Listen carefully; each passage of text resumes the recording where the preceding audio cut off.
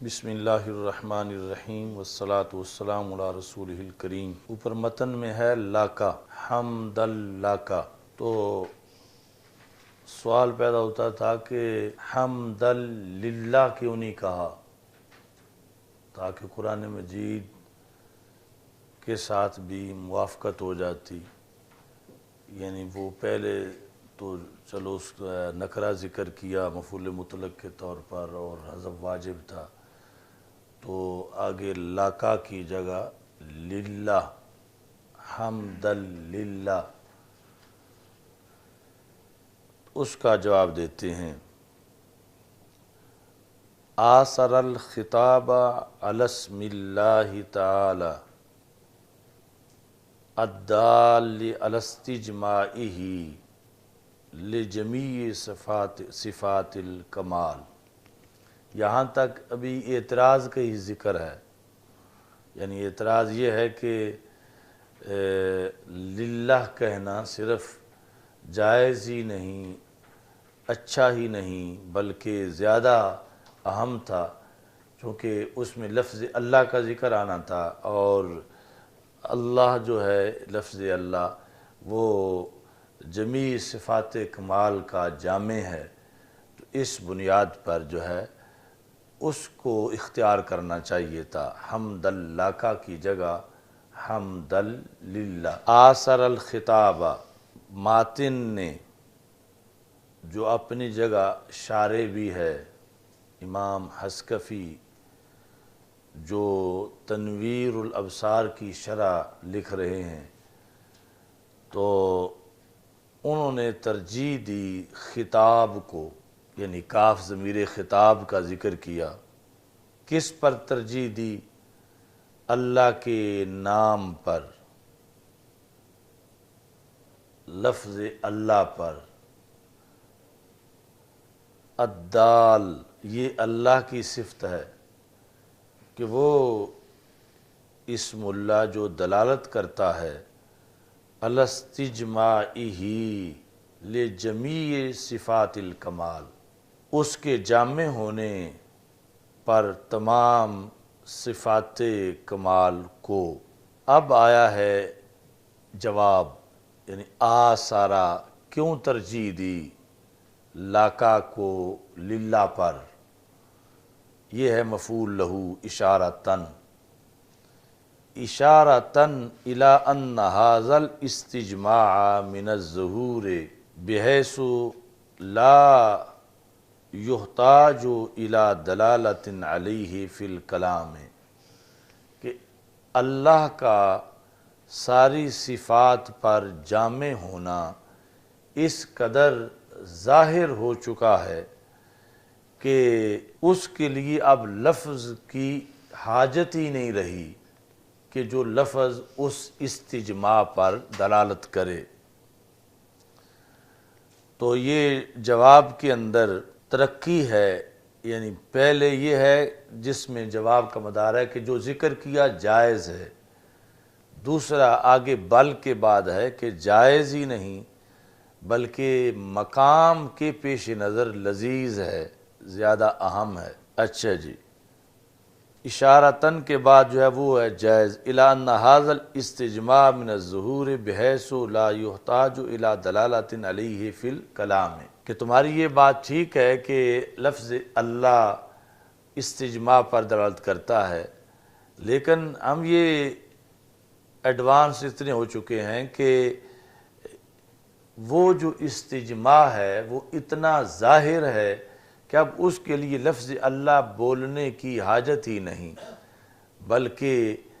یہ بندہ جو اللہ کی تعریف کر رہا ہے اس کے آگے سے اتنے پردے ہٹ چکے ہیں کہ یہ ڈائریکٹ جو ہے وہ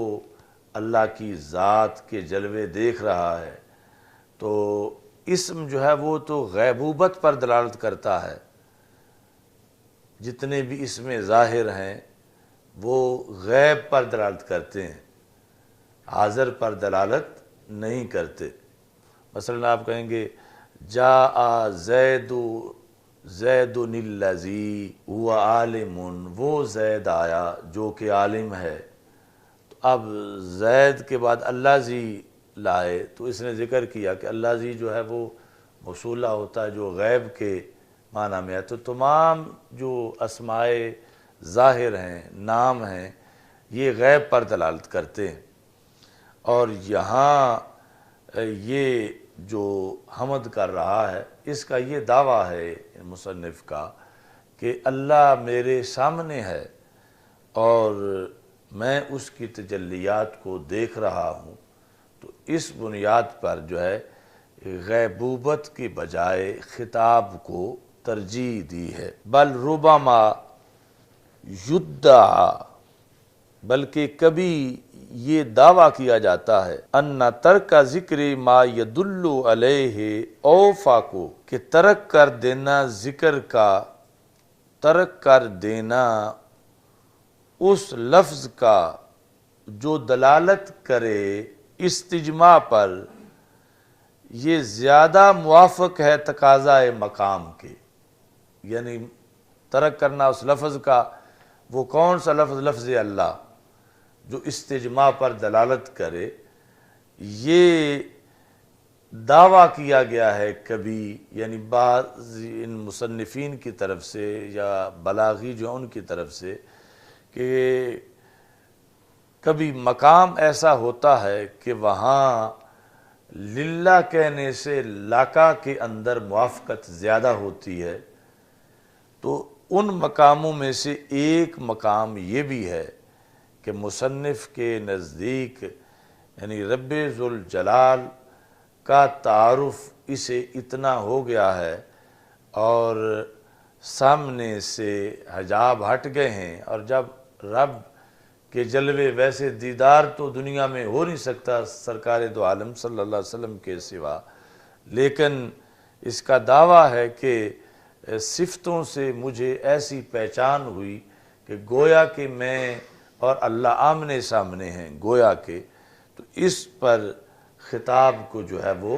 ترجیح دی۔ اچھا جی، یدعا ان ترک ذکر ما یدل علیہ، علیہ کا مطلب ہے استجماع، اور ذکر ما سے مراد ہے اللہ، یعنی وہ جو جمیع صفات پر دلالت کرنے والا لفظ ہے اس کے ذکر کو ترک کر دینا، یہ کیا ہے؟ یہ ہے خبر اوفاقو لمقتضی المقام، تقاضائے مقام کہ یہ زیادہ موافق ہے۔ آگے پھر اس میں دوبارہ ترقی، پہلا بل، پھر دوسرا بل، بل المہم الدلالۃ علی انہ قاویہ للحامد محرک الاقبال، بلکہ اہم یہ ہے، یعنی لکھتے وقت مصنف کے لیے یہ زیادہ اہم ہے کہ وہ ایسے لفظ لکھے جو دلالت کریں اس چیز پر کہ حمد کرنے والے کی توجہ جو ہے وہ اللہ کی ذات کی طرف مکمل ہو چکی ہے، حتی خاطبہ، یہاں تک کہ اس نے پھر خطاب شروع کر دیا ہے، حتی خاطبہ مشعرم، یہ ظاہر کرتے ہوئے بأنہ تعالی کأنہ مشاہد لہ، یعنی گویا کہ اسے رب نظر آ رہا، یعنی حقیقت میں تو ہو نہیں سکتا، گویا کہ اسے رب نظر آ رہا ہے، حمد کرتے ہوئے اسے رب نظر آ رہا ہے، تو یعنی وہ تو ہے ہر کسی کے لیے کہ جس کو اتنا مقام میسر نہیں، الحمدللہ رب العالمین، یہ اسی کے ذریعے سے تعارف بڑھتے بڑھتے یعنی ایسی صورتحال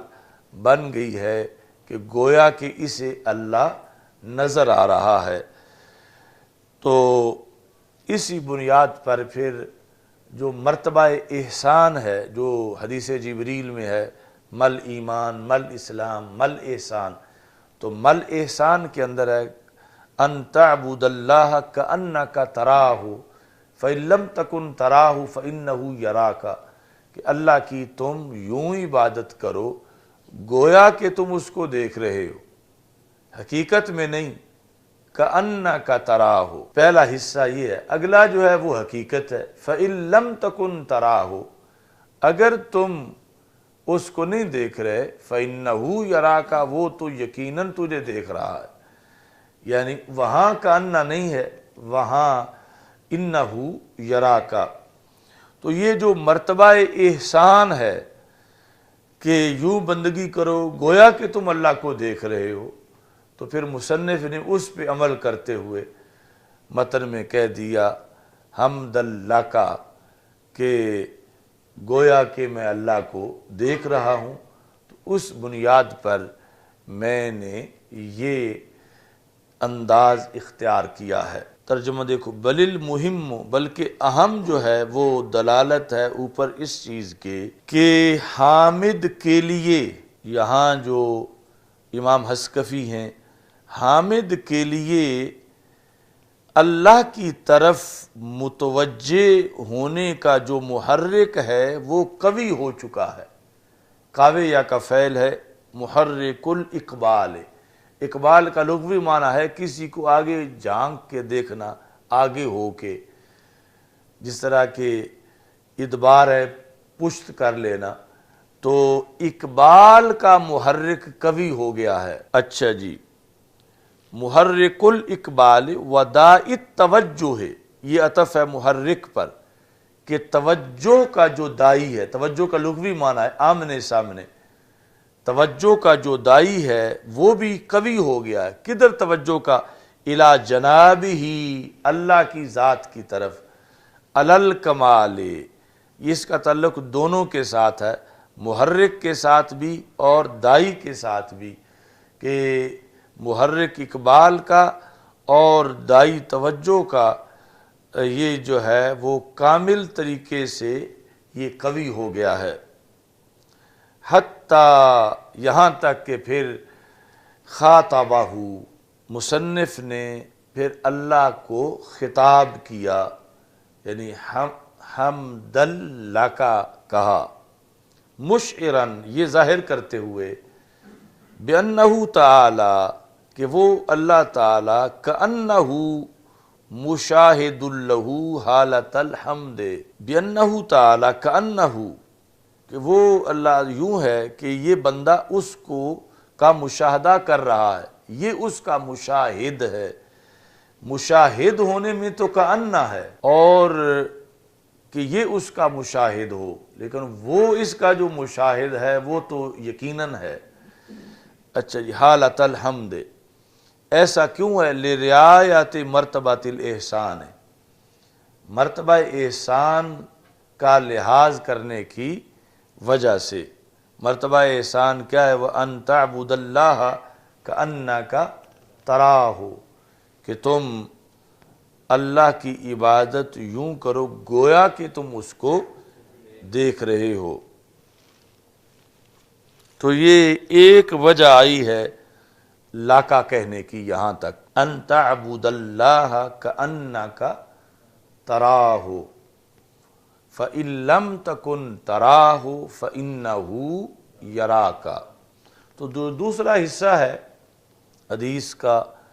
اس میں یعنی کچھ لوگوں نے یہ کہا کہ صوفیاء کا یہ ایک نقطہ نظر ہے، فَإِن لَمْ تَكُنْ تَرَاهُ، یعنی اس کو آپس میں شرط اور جزا بنا لیا جائے، إِن لَمْ تَكُنْ تَرَاهُ، اگر تم اپنا آپ ختم کر دو تو پھر تم اسے دیکھ لو گے، فَإِن لَمْ تَكُنْ تَرَاهُ، اگر اپنا آپ مٹا دو، اگر تم ہی نہ رہو، تم معدوم ہو جاؤ، تراہو، پھر اللہ کو دیکھ لو گے۔ تو یہ مرکات میں بھی انہوں نے ذکر کیا اس کو، لیکن اس کے بعد جو ہے وہ ایک دو جگہ میں نے پڑھا، بڑے شارحین نے پھر اس کو رد کیا کہ اگر اسے ہی آپ شرط اور جزا بنا لیں گے تو اگلی عبارت تو فضول ہوگی، پھر اس کا کیا بنے گا؟ إِن لَمْ تَكُنْ تَرَاهُ فَإِنَّهُ يَرَاكَ، یعنی اصل میں تو شرط ہے یہاں تک، فَإِن لَمْ تَكُنْ تَرَاهُ، یہاں تک شرط ہے، فَإِنَّهُ يَرَاكَ، وہ اس کی جزا ہے۔ اور اگر اس آدھی حصے کو ہی آپس میں تم شرط جزا بنا لو تو پھر اگلا حصہ جو ہے فَإِنَّهُ يَرَاكَ، وہ اس کا ما قبل کے ساتھ کوئی تعلق نہیں بنے گا، اور اس کی وجہ سے پھر کلام میں بگاڑ لازم آئے گا۔ تو اس کو پھر رد بھی کیا گیا کہ فَإِن لَمْ تَكُنْ تَرَاهُ کو تم آپس میں شرط جزا نہ بناؤ، بلکہ یہ صرف شرط ہے، اور وہ یہ ہے کہ اگر تم اللہ کو نہیں دیکھ رہے فَإِنَّهُ يَرَاكَ، وہ تو یقیناً تجھے دیکھ رہا ہے۔ اچھا جی، دوسری وجہ او بِأَنَّهُ تَعَالَى قَرِيبٌ مِّنَ الْحَامِدِ، کہ اللہ جو ہے وہ حامد کے قریب ہے، جس نے حمد اللہ کا کہا۔ قریب کس طرح ہے؟ کما قال تعالی، جس طرح کہ اللہ تعالیٰ کا فرمان ہے وَنَحْنُ أَقْرَبُ إِلَيْهِ مِنْ حَبْلِ الْوَرِيدِ، الیہ میں جو ضمیر کا مرجع ہے وہ ہے انسان، یعنی قرآن مجید میں اس سے پہلے لفظ انسان کا ذکر ہے کہ ہم اس کے یعنی انسان کے قریب ہیں، اس کی شاہ رگ سے بھی، شاہ رگ کے مقابلہ میں ہم انسان کے قریب ہیں۔ اچھا جی، اب یہاں یہ بات بھی ہے کہ ان اللہ مع المحسنین، ان اللہ مع الصابرین، اللہ صبر کرنے والوں کے ساتھ ہے، محسنین کے ساتھ ہے۔ تو جب وہ ہر بندے کی شاہ رگ سے ہی قریب ہے تو پھر تو یہ کہنا چاہیے پھر محسنین کی خصوصیت کیا ہے، صابرین کی خصوصیت کیا ہے؟ چونکہ صابر تو بڑی جد و جہد کے بعد بنے گا، اور محسن بڑی جد و جہد کے بعد بنے گا، اور انسان تو کافر ہے پھر بھی انسان تو ہے۔ وَلَقَدْ خَلَقْنَا الْإِنسَانَ وَنَعْلَمُ مَا تُوَسْوِسُ بِهِ نَفْسُهُ وَنَحْنُ أَقْرَبُ إِلَيْهِ مِنْ حَبْلِ الْوَرِيدِ۔ تو پہلے لفظ انسان ہے، ہم انسان کے قریب ہیں شاہ رگ سے بھی۔ تو دوسری جگہ کہ نہیں، ہر ایک کے نہیں، وہ جو صابر ہے اللہ اس کے ساتھ ہے۔ اس کا جواب یہ ہے، ایک ہے اللہ کا قریب ہونا، ایک ہے بندے کا اللہ کو قریب سمجھنا، ماننا اور ہے، اور سمجھنا ہر وقت اور ہے۔ یعنی کافر تو مان ہی نہیں رہا، مومن مان رہا ہے، اور ماننے کے بعد آگے پھر اس کا ہر وقت سمجھنا کہ اللہ کی میں سامنے ہوں، اللہ میرے قریب ہے، اس میں جد و جہد کرنی پڑتی ہے۔ اس بنیاد پر پھر جا کے آگے کیٹاگریز ہیں کہ اللہ صابرین کے ساتھ ہے، اللہ محسنین کے ساتھ ہے، کہ یہ احسان یا صبر کی جد و جہد اس بات کی ہے کہ بندے کو بھی احساس ہو کہ وہ اللہ کے قریب ہے، یعنی اللہ تو یقیناً قریب ہے، لیکن ہر بندے کو یہ احساس نہیں کہ اللہ اس کے قریب ہے۔ تو اس احساس کو اندر پیدا کرنے کی جد و جہد صابر جو ہے وہ مکمل کر لیتا ہے، اور محسن مکمل کر لیتا ہے۔ تو اس واسطے یعنی اگرچہ وہ شاہ رگ سے قریب ہے یقیناً، خواہ بندہ کافر ہے خواہ بندہ مومن ہے،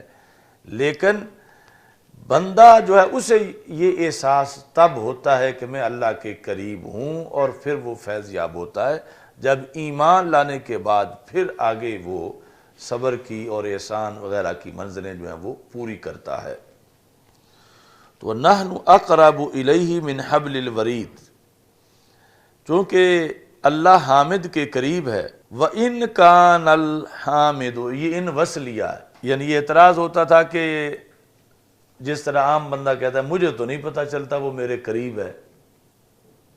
تو انہوں نے کہا وَإِن كَانَ الْحَامِدُ لِنُقْصَانِهِ، اللہ کے قریب ہونے میں تو کوئی شک نہیں،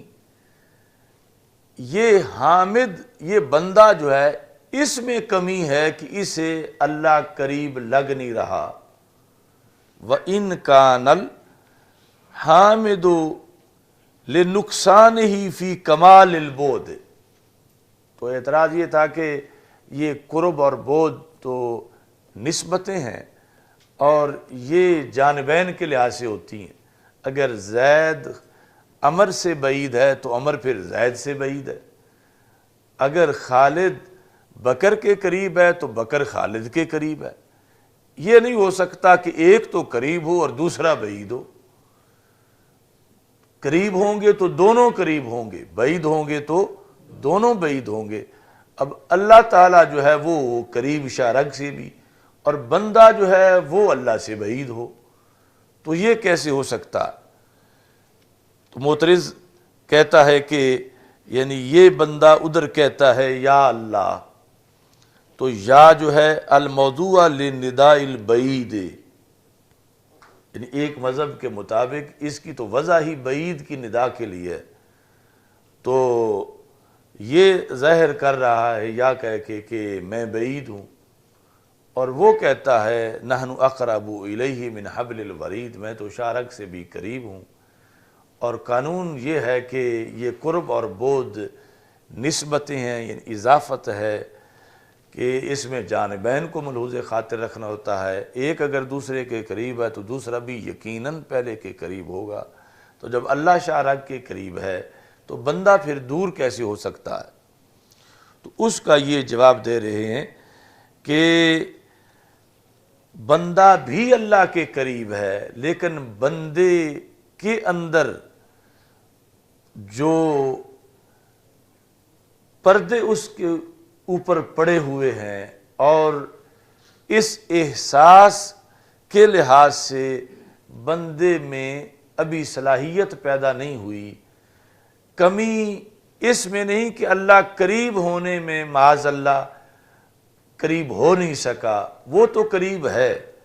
کمی اس میں ہے کہ اس کو اس کے قرب کا پتہ نہیں چل رہا۔ یعنی کمی بندے میں ہے کہ جو کسی کے قریب ہو تو یہ اس کو مستلزم نہیں کہ دوسرے کو پتہ بھی ہو کہ وہ میرے قریب ہے۔ یعنی ہو سکتا ہے ایک جو ہے وہ دوسرے کے قریب ہو لیکن دوسرے کو پتہ ہی نہ ہو کہ وہ میرے قریب ہے۔ مثال کے طور پر جیل میں بند ہیں، ایک کمرے میں ایک ہے، دوسرے میں دوسرا ہے، درمیان میں صرف ایک دیوار ہی ہے،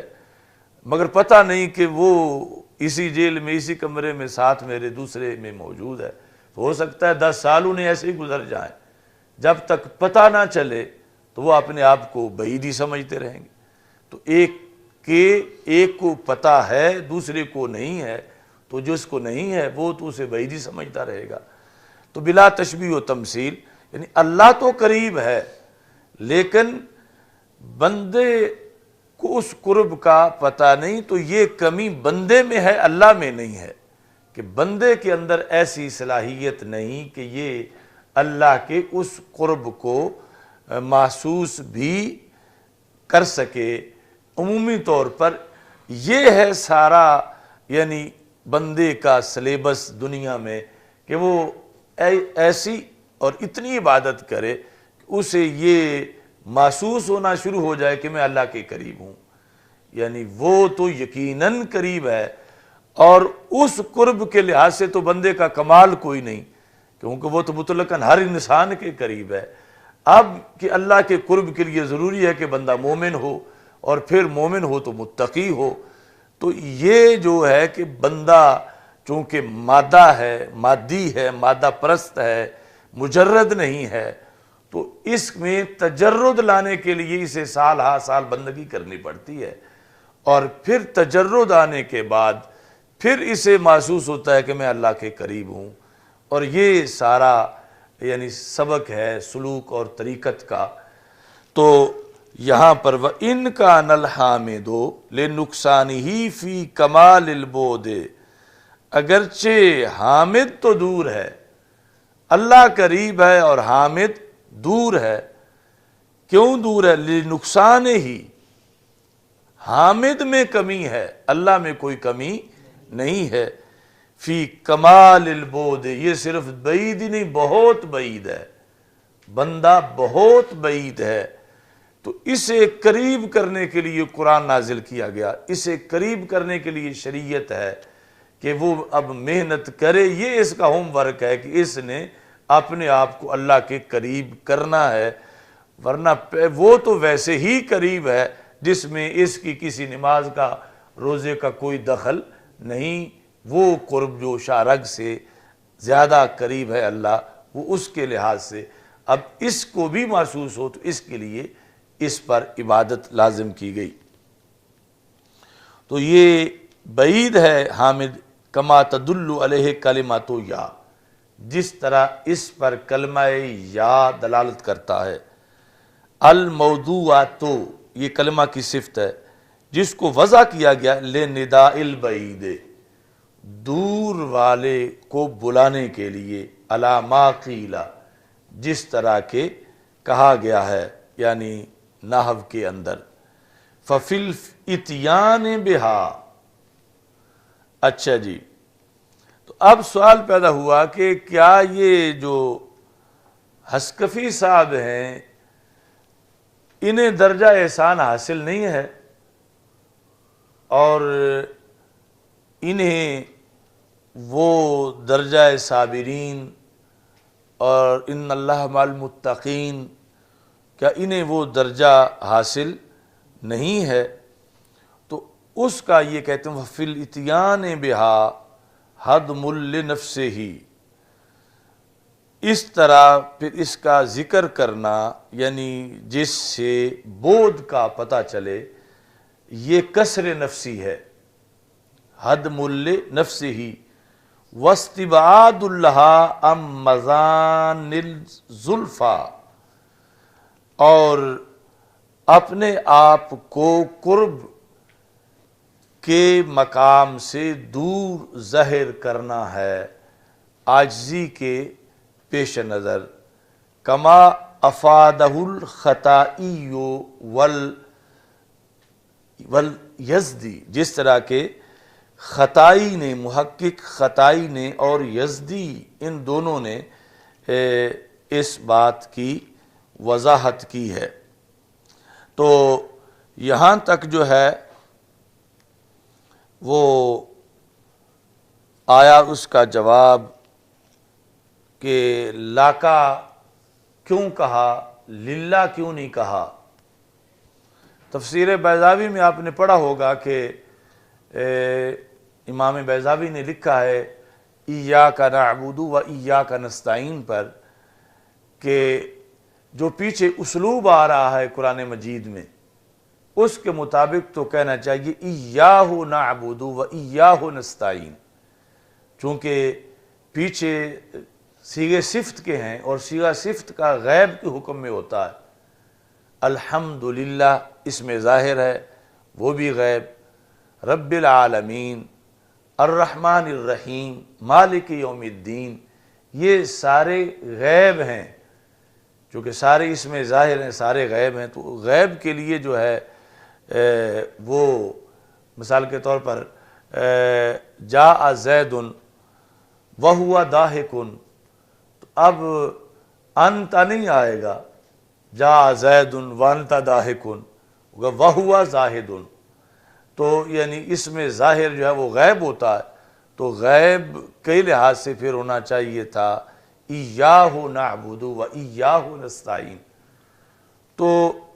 اس پر انہوں نے جواب دیا کہ ایاک اس لیے کہا گیا کہ صفتیں جب اللہ کی جانیں یا ان کا ذکر کریں تو بندے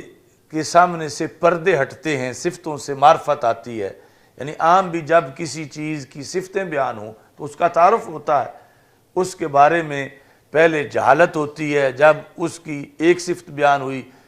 پتہ چلا، پھر 10 صفتیں بیان ہوئیں تو بہت زیادہ پتہ چلا، پھر مزید صفتیں بیان ہوئیں، تو اگرچہ ابھی تک دیکھا ہوا نہیں تو کافی وہ لگنے لگا کہ وہ جیسے سامنے ہے،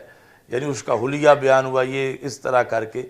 تو یہ لفظ اللہ اور لفظ الرحمن اور لفظ الرحیم اور مالک یوم الدین اور اس سے پہلے جو رب العالمین، یعنی ان کا یہ کمال ہے کہ بندہ جب ان کو ذکر کر کے آگے بڑھا تو صفتوں سے اس کو ایسی معرفت آ گئی کہ اب اسے رب غیب لگ ہی نہیں رہا، اسے لگ رہا ہے کہ ہے ہی میرے سامنے، تو پھر اس کو اس میں اب لطف ہے کہ ایاک نعبد، جو سامنے نظر آ رہا ہے، یعنی اس معنی میں کہ صفات سے پہچان ہو گئی ہے، گویا کہ وہ سامنے ہے، تو اس پر اس نے کہا ایاک نعبد و ایاک نستعین۔ تو اسی کے مطابق یعنی یہاں ان کا ادعا ہے مصنف کا کہ میں نے اللہ تعالیٰ کے لحاظ سے یعنی اتنا ذکر کیا کہ اب میں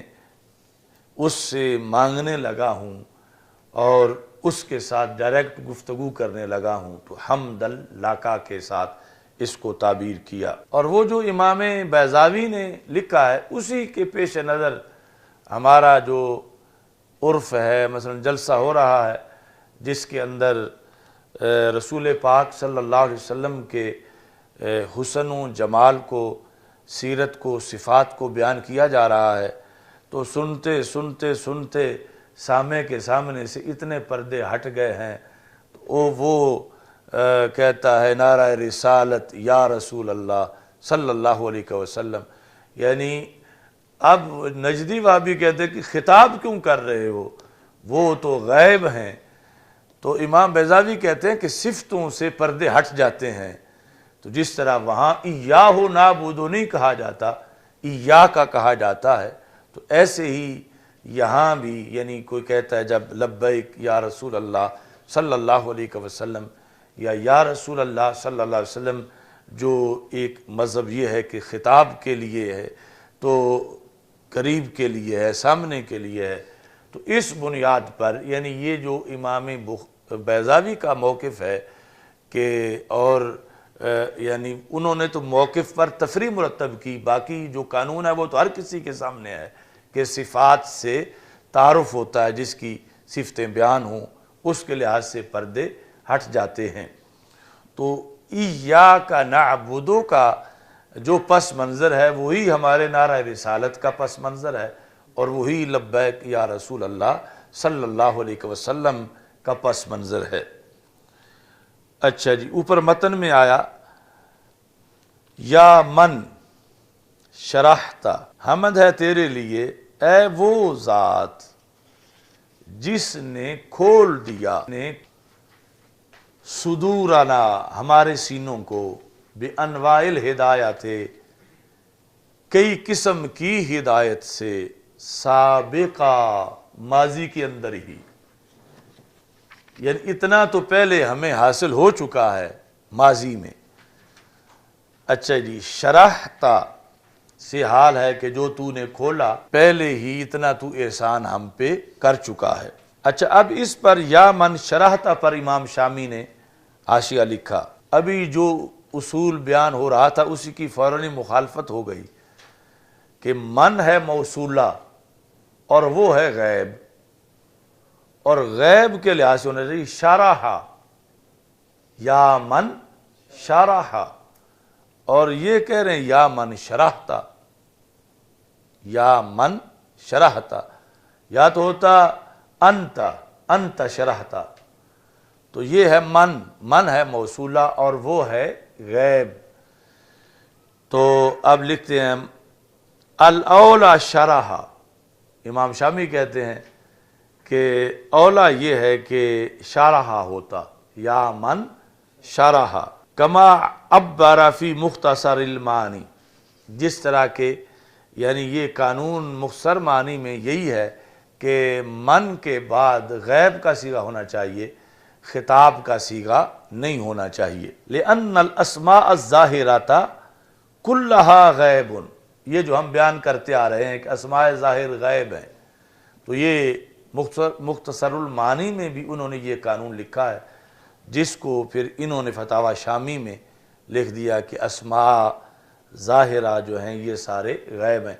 تو یہاں بھی آپ یعنی حوالہ لگائیں شروع میں کہ جب آپ کو یہ کہیں بولنا پڑے، کوئی پوچھے کہ یہ کہاں لکھا ہے قانون کہ اسماء ظاہر جو ہیں وہ سارے غیب ہیں، تو آپ یہاں سے بتا سکتے ہیں سواء کانت موصولتاً او موصوفاتاً، اسماء ظاہر خواہ ہوں موصولہ خواہ ہوں موصوفہ، وہ سارے کے سارے غیب ہیں۔ اور یہاں پر جو ہے وہ ہے موصولہ من، کما سرھا بہ فی شرح المفتاح، جس طرح کہ امام تفتازانی نے یہ مفتاح کی شرح کے اندر، مفتاح العلوم کی شرح کے اندر جو سکاکی کی مفتاح العلوم ہے اس کی شرح کے اندر امام تفتازانی نے اس کی وضاحت کی ہے۔ اچھا جی، اب لیکن کے ساتھ استدراک کرتے ہیں کہ قانون تو یہی کہہ رہا ہے کہ شارح کہا جائے، من یہی چاہتا ہے، لیکن من سے پہلے یا بھی ہے،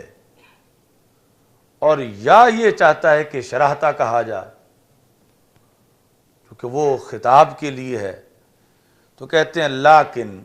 بمراعات جانب النداء، لیکن لحاظ کرتے ہوئے جانب ندا کا، الموضوع للمخاطب، جو کہ مخاطب کے لیے وضع ہے، یا وضع ہے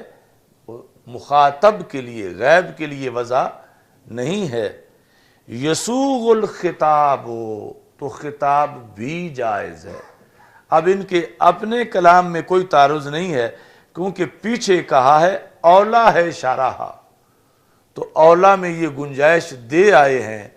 کہ شرحتا بھی جائز تو ہے، ورنہ کہتے واجب ہے کہ کہا جائے شرح، تو انہوں نے یعنی رد کرتے وقت گنجائش رکھ کے رد کیا ہے کہ تاکہ کوئی مجھ سے ہی مواخذہ نہ کرے کہ پہلے تو تم یہ کہہ آئے ہو، اب آگے کہتے ہو یہ بھی جائز ہے، تو اولا کے مقابلے میں جواز کا قول کیا جا سکتا ہے کہ اولا تو یہی تھا کہ کہتے یا من شرح،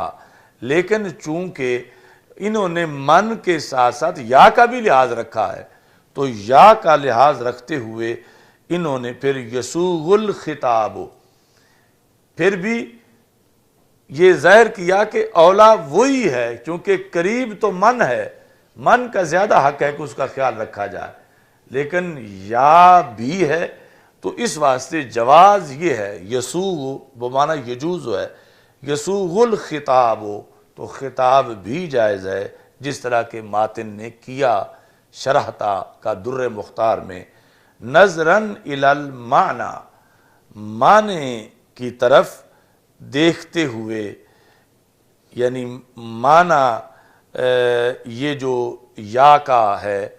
اور وہ یہاں استعمال ہے، وَذَكَرَ فِي الْمُطَوَّلِ۔ اب آگے ایک بحث تھی جس میں یہ پہلے نحویوں کا مذہب ذکر کریں گے اور اس کے بعد اسے رد کریں گے۔ مطول کے اندر مصنف نے ذکر کیا ہے حضرت مولا علی رضی اللہ تعالی عنہ کا قول، یعنی جو دیوان علی رضی اللہ تعالیٰ عنہ میں شعر ہے اس کا ایک مصرع کہ حضرت مولا علی کرم اللہ وجہہ نے فرمایا انا الذی سمتنی امی حیدرا، انا الذی سمتنی امی حیدرا، آنا یعنی میں کون ہوں، انا الذی میں وہ ہوں، سمتنی امی کہ نام رکھا میری ماں نے میرا، حیدر، سمتنی امی حیدرا۔ تو اب الذی ہے تو الذی موصولہ ہے اور موصولہ غیب ہے، تو غیب کے لحاظ سے مولا علی رضی اللہ تعالی عنہ نے سمتنی غیب کا صیغہ آنا کے بعد آگے چونکہ پورا جملہ چونکہ سمت تو مؤنث ہے، امی فاعل ہے، سمتنی، سمت ہو نہیں کہا، سمتنی یعنی الذی کا تو تقاضا ہے کہ وہ سمت ہو، انا الذی میں وہ ہوں کہ جس کا اس کی امی جان نے نام حیدر رکھا۔ اب یہاں یہ ہے کہ میں وہ ہوں کہ میرا نام میری اماں جان نے حیدر رکھا، تو اس کے اندر سمتنی امی حیدرہ، یعنی سمت ہو جو نہیں فرمایا، سمتنی فرمایا، اس کے لحاظ سے یہ انہوں نے کہا قبیح عند النحویین، کہ نحویوں کے نزدیک یہ قبیح ہے، یعنی اتنے بڑے بلیغ بندے کا، بلیغ ہستی کا جو شعر ہے، اس کے اس مصرے کے بارے میں انہوں نے لکھ دیا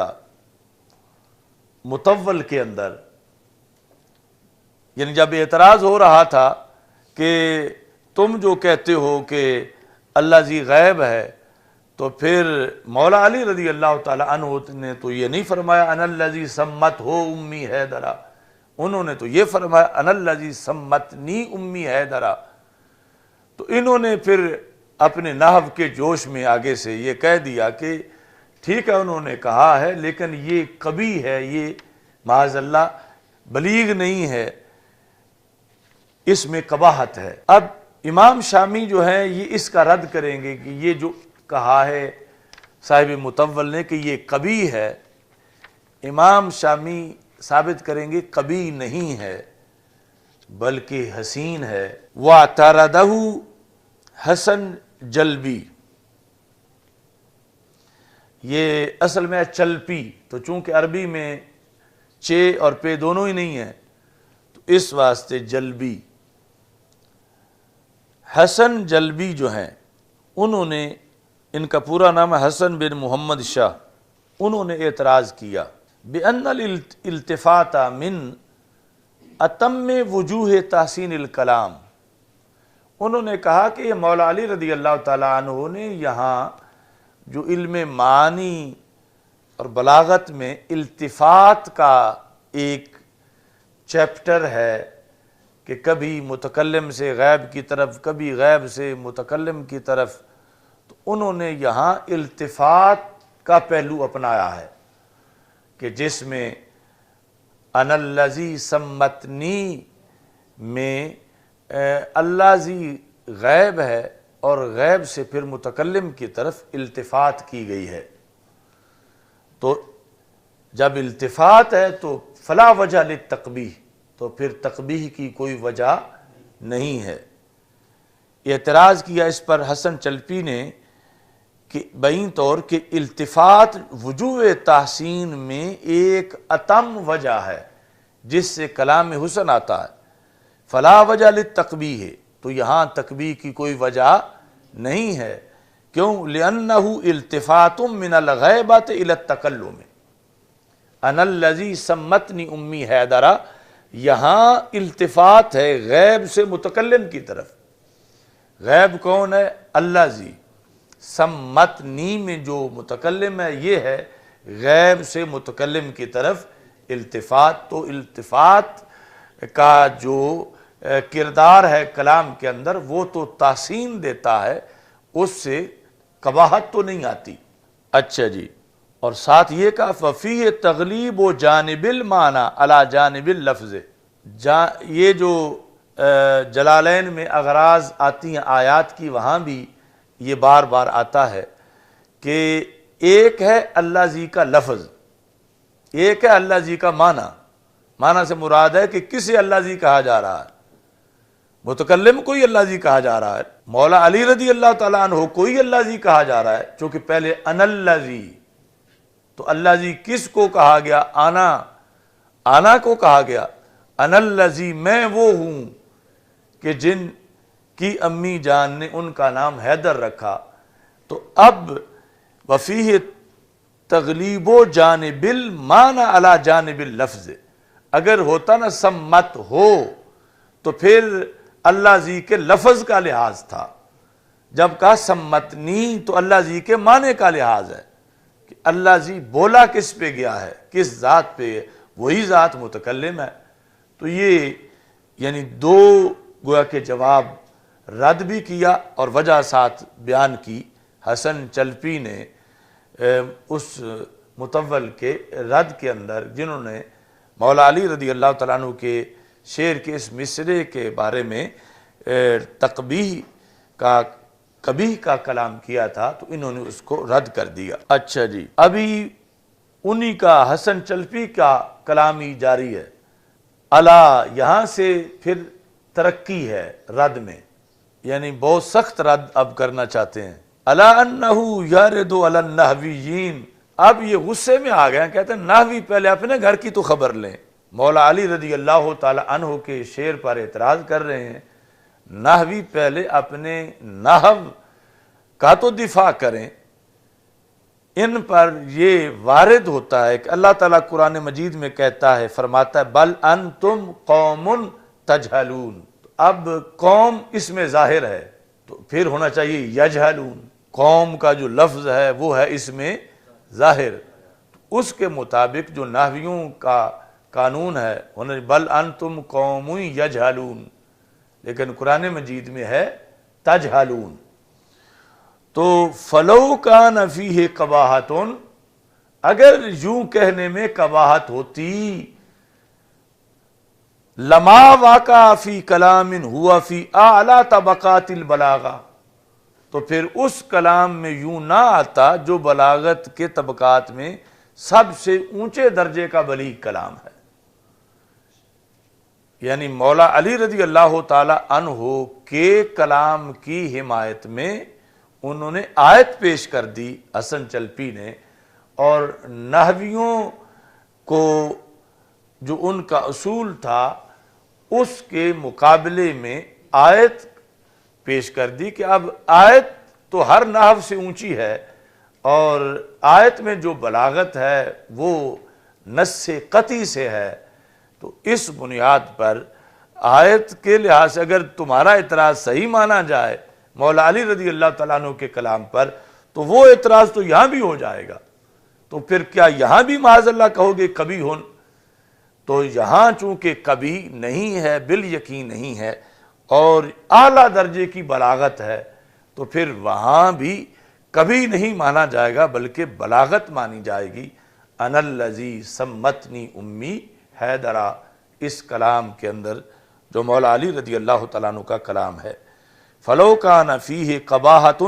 لما واقع، لام یہ منصوب ہے، لما واقع ما نفی کا ہے، تو نہ واقع ہوتا اس طرح فی کلام، ایسے کلام میں، ہوا فی